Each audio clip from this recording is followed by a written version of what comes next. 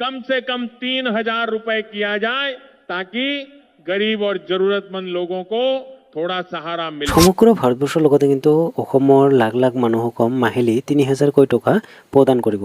তো আৰু এইটো মই কোৱা কথা নহয়, ভাৰতৰ প্ৰধানমন্ত্ৰী নৰেন্দ্ৰ মোদী ডাঙৰীয়াই নিজে ঘোষণা কৰিছে। তো এতিয়া আপুনি যদি এই আঁচনিৰ বাবে আবেদন কৰিব বিচাৰে তো অনলাইন যোগে কেনেকৈ আবেদন কৰিব পাৰিব বা ফৰ্মখন আপোনালোকে ক'ত পাব বা কি কি নথিপত্ৰৰ প্ৰয়োজন হ'ব তাৰ সম্পূৰ্ণ বিষয়বস্তু আজি ষ্টেপ বাই ষ্টেপ আজিৰ এই ভিডিঅ'টোৰ জৰিয়তে জনাম। তো গতিকে ভিডিঅ'টো প্ৰথমৰ পৰা শেষলৈ ভালদৰে চাই থাকিব আৰু ভিডিঅ'টো ভাল লাগিলে ভিডিঅ'টো লাইক কৰিব আৰু যদি কোনোবা মোৰ চেনেলৰ নতুন প্ৰথমবাৰ হৈ আছে তো প্লিজ চেনেলটো ছাবস্ক্ৰাইব কৰিবলৈ পাহৰি নাযাব। তো ফাইনেলি আমি আহি পালোঁ মোবাইল স্ক্ৰীনত অহাৰ পিছত আপোনালোকে চাব পাৰিছে আপোনালোকৰ যিকোনো ব্ৰাউজাৰ এটা অ'পেন কৰি ল'ব। অ'পেন কৰাৰ পিছত আপোনালোকে ইয়াৰ চাৰ্চ কৰিব লাগিব উমংগ UMANG উমংগ বুলি চাৰ্চ কৰিলে এনেকুৱাকৈ অফিচিয়েল ছাইটটো অ'পেন হৈ যাব। তো ইয়াৰ আপোনাৰ প্ৰথমৰ যিটো ৱেবছাইট আছে এইটো আপোনালোকে ক্লিক কৰি অ'পেন কৰি ল'ব লাগিব। তো অ'পেন কৰি লোৱাৰ পিছত আপোনালোকৰ সন্মুখত এনেকুৱাকৈ পেজটো লোডিং হ'ব বা অ'পেন হ'ব। তো অ'পেন হোৱাৰ পিছত আপোনালোকে কি কৰিব লাগিব, প্ৰথমত আপোনালোকে এনেকুৱাকৈ চাব পাৰিছে ইয়াত ছাইডত আপোনালোকৰ লগইন বা ৰেজিষ্টাৰ বুলি আছে। তো প্ৰথমতে আপোনালোকৰ লগইন কৰিব লাগিব বা ৰেজিষ্টাৰ কৰিব লাগিব। তো যদি এইটো আপোনালোকে এইটো এপছ বা ৱেবছাইট আপোনালোকৰ লগইন কৰা আছে তেনে ক্ষেত্ৰত ভাল কথা, যদি লগইন কৰা নাই তো কেনেকৈ লগইন কৰিব মই আপোনালোকক জনাই দিছোঁ। তো আপোনালোকৰ ইণ্টাৰভিউৰ মোবাইল নম্বৰ আৰু ইণ্টাৰভিউৰ এমপিন আৰু মোবাইল নম্বৰটো বহুৱাই আপোনালোকে লগইন কৰিব। আৰু যদি লগইন কৰা নাই ৰেজিষ্টাৰ কৰা নাই তেনে ক্ষেত্ৰত ৰেজিষ্টাৰ অপশ্যনত ক্লিক কৰি এনেকুৱাকৈ অ'পেন হ'ব। ইয়াত আপোনাৰ মোবাইল নম্বৰ আৰু ষ্টেটটো আপোনালোকে আসাম চিলেক্ট কৰি আই এগ্ৰীত ক্লিক কৰি ৰেজিষ্টাৰত ক্লিক কৰিব। যেতিয়া ৰেজিষ্টাৰত ক্লিক কৰিব আপোনালোকৰ ৰেজিষ্টাৰ মোবাইল নম্বৰত এটা OTP আহিব। এই OTPটো বহাৰ পিছত আপোনালোকৰ ৰেজিষ্টাৰ হৈ যাব। তো ৰেজিষ্টাৰ হোৱাৰ পিছত আপোনালোকৰ লগইন হিয়াৰ বুলি অপশ্যন আছে, ইয়াত আপোনালোকে ক্লিক কৰিব লাগিব। তো ক্লিক কৰাৰ পিছত আপোনালোকৰ ইণ্টাৰভিউৰ মোবাইল নম্বৰ ৰেজিষ্টাৰ যিটো আপোনালোকে ৰেজিষ্টাৰ কৰিছে এই মোবাইল নম্বৰটো বহুৱাব আৰু এমপিনটো বহুৱাই আপোনালোকে লগইন কৰিব। তো মোৰ অলৰেডি ৰেজিষ্টাৰ কৰা আছে তেনে ক্ষেত্ৰত মই লগইন কৰি লৈছোঁ। তো আপোনালোকে লগইন কৰি ল'ব। লগইন কৰাৰ পিছত এনেকুৱাকৈ পেজটো আপোনালোকৰ অ'পেন হ'ব। তো অ'পেন হোৱাৰ পিছত টপ ছাইডত আপোনালোকে চাব পাৰিছে ছাৰ্ভিচ। তো ইয়াত আপোনালোকে চাৰ্চ কৰিব NSAP। তো NSAP বুলি চাৰ্চ কৰাৰ লগে লগে আপোনালোকৰ সন্মুখত এনেকুৱাকৈ আহিব। তো apply online national social assistance programme NSAP। তো ইয়াত আপোনালোকে ক্লিক কৰিব লাগিব। তো ক্লিক কৰাৰ লগে লগে এনেকুৱাকৈ নতুন এটা পেজ আপোনালোকৰ অ'পেন হ'ব। তো অ'পেন হোৱাৰ পিছত আপোনালোকে চাব পাৰিছে এইখন ফৰ্ম, এই ফৰ্মখন আপোনালোকৰ অনলাইনত ফিল আপ কৰি এনেকুৱাকৈ ফিল আপ কৰি আপোনালোকৰ ছাবমিট কৰিব লাগিব। তো প্ৰথমতে ইয়াত মই আপোনালোকৰ বুজাই দিওঁ। তো স্কিম নেমত ইয়াত বহুতকেইটা অপশ্যন আছে। আপোনালোকৰ প্ৰথমটো হ'ল যদি আপোনালোকৰ বিধৱা পেঞ্চন বা আপোনালোকৰ 60 বছৰৰ ওপৰত যিটো পেঞ্চন, তো তাৰপিছত আপোনালোকৰ হেণ্ডিকেপ যিসকলৰ হেণ্ডিকেপ হয় হেণ্ডিকেপৰ কাৰণে আৰু এটা আছে নেশ্যনেল ফেমিলি বেনিফিচিয়াৰী স্কিম। তো ইয়াত আপোনালোকক মই আজি আপোনালোকক দেখুৱাম যে যিসকলৰ বয়সটো বা 60 বছৰৰ ওপৰ হৈছে, যিসকলৰ বয়স 60 বছৰ পাৰ হৈছে তেনে ক্ষেত্ৰত তেওঁলোকে বিধৱা পেঞ্চনৰ বাবে বা বৃদ্ধ পেঞ্চনৰ বাবে কেনেকৈ এপ্লাই কৰিব। তো আজিৰ ভিডিঅ'ত মই এইখিনি আপোনালোকক জনাই দিম। তো ইয়াৰ পিছত আপোনালোকে এইটো চিলেক্ট কৰিব Indira Gandhi national child age pension scheme. তো আপোনালোকে চিলেক্ট কৰাৰ পিছত তাৰপিছত আপোনালোকে ষ্টেটটো চিলেক্ট কৰি ল'ব। তো আপোনালোকে ভালদৰে ষ্টেটটো চিলেক্ট কৰাৰ লগে লগে অলপ সময় লোডিং হ'ব। তো লোডিং হোৱাৰ পিছত আপোনালোকৰ তাৰপিছত আপোনাৰ ডিষ্ট্ৰিক্টটো চিলেক্ট কৰিব। তো ডিষ্ট্ৰিক্টটো চিলেক্ট হৈ গ'ল। তাৰপিছত আপোনালোকৰ এৰিয়া, তো আপোনালোকৰ ৰুৰেল হয় নে উৰ্বান হয়, আপোনালোকে গাঁৱত বসবাস কৰে নে চহৰত বসবাস কৰে এইটো আপোনালোকে চিলেক্ট কৰিব। তো চিলেক্ট কৰাৰ পিছত চাব ডিষ্ট্ৰিক্টটো আপোনালোকে চিলেক্ট কৰিব। তো তাৰপিছত আহিব আপোনালোকৰ গাঁও পঞ্চায়তটো আপোনালোকে চিলেক্ট কৰিব। চিলেক্ট কৰাৰ পিছত অলপ স্ক্ৰল ডাউন কৰিব। তাৰপিছত আপোনালোকৰ গাঁওখনৰ নাম চিলেক্ট কৰিব। তো ভিলেজটো চিলেক্ট কৰিব।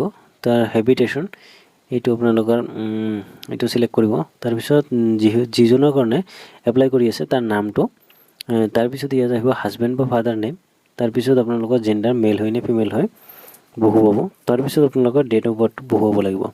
তো ডেট অফ বাৰ্থটো বহুৱাৰ পিছত আপোনালোকে চাব পাৰিছে ইয়াত এজ 60 বুলি আহিছে। তো তাৰপিছত আপোনালোকৰ কাষ্ট জেনেৰেল হয়, OBC হয়, SC হয়, ST হয়, এইটো আপুনি বহুৱাব। তো তাৰপিছত আপোনালোকৰ এড্ৰেছটো সকলোখিনি বহুৱাব লাগিব। তাৰপিছত আপোনালোকৰ পিনক'ড বহুৱাব। এই সকলোখিনি ফিল আপ কৰাৰ পিছত আপোনালোকে কি কৰিব লাগিব, নেক্সট অপশ্যনত ক্লিক কৰিব। তো মই সকলোখিনি ফিল আপ কৰি লৈছোঁ। ফিল আপ কৰি লোৱাৰ পিছত আপোনালোকে নেক্সট অপশ্যনত ক্লিক কৰি লৈছোঁ। তো নেক্সট অপশ্যনত ক্লিক কৰাৰ পিছত দ্বিতীয় নম্বৰ পেজটো অ'পেন হ'ব। তো অ'পেন হোৱাৰ পিছত তাৰপিছত বেনিফিচিয়াৰী নাম্বাৰ, মোবাইল নম্বৰ আৰু পে'মেণ্ট মেথডটো আপোনালোকে বহুতকেইটা অপশ্যন আছে। Bank account, cash, post office money order. তো আপোনালোকে বেষ্ট হয় বেংক একাউণ্ট। এইটো আপোনালোকে বেংক একাউণ্টে চিলেক্ট কৰিব। তো বেংক একাউণ্ট সকলোতকৈ বেষ্ট হয়। আপোনালোকে বেংক একাউণ্ট চিলেক্ট কৰি ল'ব। তো মই বেংক একাউণ্ট চিলেক্ট কৰি লৈছোঁ। তো চিলেক্ট কৰি লোৱাৰ পিছত আৰু ইয়াত আপোনাৰ বেংক একাউণ্ট ডিটেইলছখিনি আহিব। আপোনালোকে বেংক একাউণ্ট ডিটেইলছখিনি আপোনালোকৰ ইয়াত IFSC কোড বা ব্ৰাঞ্চ কোডটো বহুৱাব। তো ব্ৰাঞ্চ কোডটো বহুৱাৰ পিছত IFSC ব্ৰাঞ্চ, তো IFSC কোডটো ইয়াত আপোনাৰ বহুৱাব। তাৰপিছত ষ্টেট, ডিষ্ট্ৰিক্ট, বেংক আৰু আপোনাৰ একাউণ্ট নম্বৰ আৰু ব্ৰাঞ্চ নেমটো বহুৱাব লাগিব। তো এইখিনি আপোনালোকে বহুৱাব। তো মই সকলোখিনি বহুৱাই লৈছোঁ। বহুৱাৰ পিছত মই আপোনালোকক দেখুৱাই আছোঁ। তো মই সকলোখিনি ডিটেইলছ বহুৱাই লৈছোঁ। বেংকৰ নাম, ব্ৰাঞ্চ নেম, সকলো IFSC কোড সকলোখিনি মই ইয়াত বহুৱাই লৈছোঁ। ভালদৰে বহুৱাৰ পিছত তাৰপিছত আপোনালোকে কি কৰিব লাগিব, প্ৰথমতে আৰু এবাৰ চেক কৰি ল'ব। যদি আপোনাৰ কিবা ভুল হয় তাৰপিছত নেক্সট অপশ্যনত ক্লিক কৰিব। নেক্সট অপশ্যনত ক্লিক কৰাৰ পিছত আপোনালোকৰ নেম এজ পাৰ আধাৰ, আপোনালোকৰ আধাৰ নামটো বহুৱাব আৰু আধাৰ নম্বৰটো বহুৱাব লাগিব। বহুৱাৰ পিছত আপোনালোকৰ ইয়াত JPG বা PNG আপোনাৰ 50 KB ভিতৰত আধাৰ কাৰ্ডখন আপলোড দিব লাগিব। তো মই আধাৰ কাৰ্ডখন আপলোড দি দিছোঁ। তো আধাৰ কাৰ্ডখন আপলোড অপশ্যনত ক্লিক কৰি চুইচ ফাইলত ক্লিক কৰি আপোনালোকে আধাৰ কাৰ্ডখন আপলোড কৰি দিব। তো মই আধাৰ কাৰ্ডখন ইয়াত আপলোড কৰি দিছোঁ। কৰি দিয়াৰ পিছত গ্ৰীণ টিক চিন হৈছে। তাৰপিছত ছাবমিট। যদি আপোনালোকে কিবা ভুল হয় দেখিব বিচাৰে তেনেহ'লে প্ৰিভিয়াছ অপশ্যনত ক্লিক কৰি চাব পাৰিব। তো এনেকৈ যাব। যোৱাৰ পিছত আপোনালোকে ইয়াত ছাবমিট বুলি অপশ্যন আছে, সকলোখিনি ডিটেইলছ আহি যাব। তো তাৰপিছত ছাবমিট অপশ্যনত ক্লিক কৰিব। তো ছাবমিট অপশ্যনত ক্লিক কৰাৰ লগে লগে আপোনালোকৰ মোবাইল নম্বৰ ভেৰিফিকেশ্যন, আপোনাৰ মোবাইলত এটা OTP আহিব। OTPটো আপোনালোকৰ ইয়াত বহুৱাব লাগিব। তো মোৰ মোবাইলত OTP আহি গৈছে। তো মই OTPটো বহুৱাই আপোনালোকক দেখুৱাই আছোঁ। তো OTP বহুৱাৰ পিছত আপোনালোকৰ ভেৰিফাই OTP, তো ভেৰিফাই OTPত আপোনালোকে ক্লিক কৰিব লাগিব। তো ভেৰিফাই OTPত ক্লিক কৰাৰ লগে লগে আপোনালোকক অলপ সময় ৱেইট কৰিব লাগিব। তো ইয়াত লিখা আহিছে, আপোনালোকে চাব পাৰিছে মোবাইল নম্বৰ ভেৰিফাইড ছাকচেছফুলি। তো ইয়াত অ'কে অপশ্যনত ক্লিক কৰিব। ক্লিক কৰাৰ লগে লগে পেজটো অলপ সময় লোডিং হ'ব। লোডিং হোৱাৰ পিছত আপোনালোকৰ এপ্লিকেশ্যন নাম্বাৰ এটা ওলাইছে, এইটো আপোনালোকে স্ক্ৰীনশ্বট মাৰি ৰাখি দিব বা আপোনালোকে ফটো মাৰি ৰাখি দিব। এই নাম্বাৰটো আপোনালোকৰ কাম হ'লে নাই, কেনেকৈ কিমান দূৰ আপোনালোকৰ কাম আগবাঢ়িছে সকলোখিনি চাব পাৰিব, বা আপোনালোকৰ এপ্ৰুভ হ'ল নে ৰিজেক্ট হ'ল সকলোখিনি চাব পাৰিব। তাৰপিছত আপোনালোকৰ ক্ল'জ অপশ্যনত ক্লিক কৰি দিব।